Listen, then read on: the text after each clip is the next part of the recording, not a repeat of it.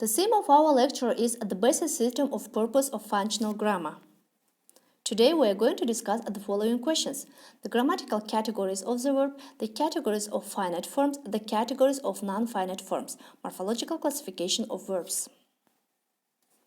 The system of verb forms in Old English was characterized by many peculiar features. While the paradigms of the noun, the adjectives, and the pronoun was in general more complicated than it is at present, the Old English verb paradigms was in some respects simpler. Also, the verb had numerous person and number, ending it had fewer grammatical categories than in modern English. In Old English, the agreement of the verb predicate with the subjects was expressed by the means of two grammatical categories, number and person. Besides these grammatical categories, the finite forms had the specifically verbal categories of mood and tense. The category of person was made up by the oppositions of three forms, first, second, and third person. Yet these forms were distinguished only in the singular of the present tense indicative mood. The forms of the first and third person of the past tense indicative were harmonious too. The category of tense consisted of two sets of forms, present and past. These forms are distinctly contrasted of two moods.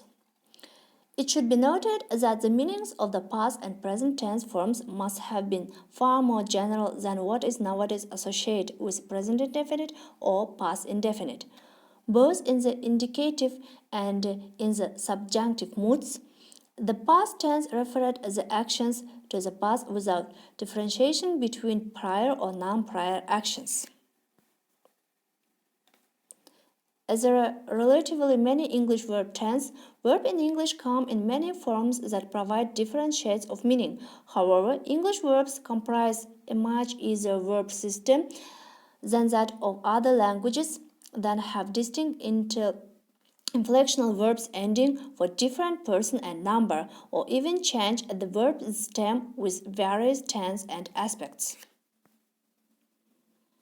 There were two non-finite verbs in the Old English verb system, the infinitive and the participle. The verb characteristics were as yet less pronounced than their nominal characteristics.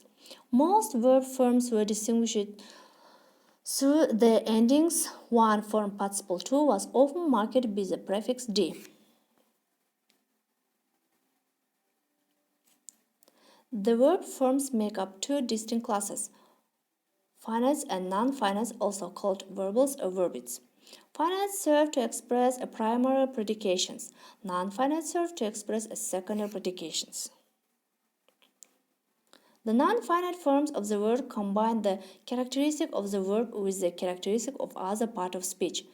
The mixed features are revealed in the semantics, combinability, and syntactic functions.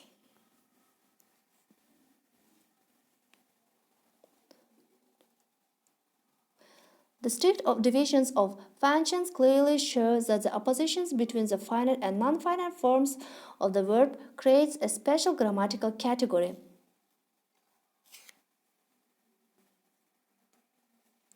Most forms were distinguished with the help of inflectional endings or grammatical suffixes. One form, participle 2, was sometimes marked by a prefix. Many verbs made use of vowel interchanging in the root. Some verbs used consonant interchanges, and a few had suppletive forms.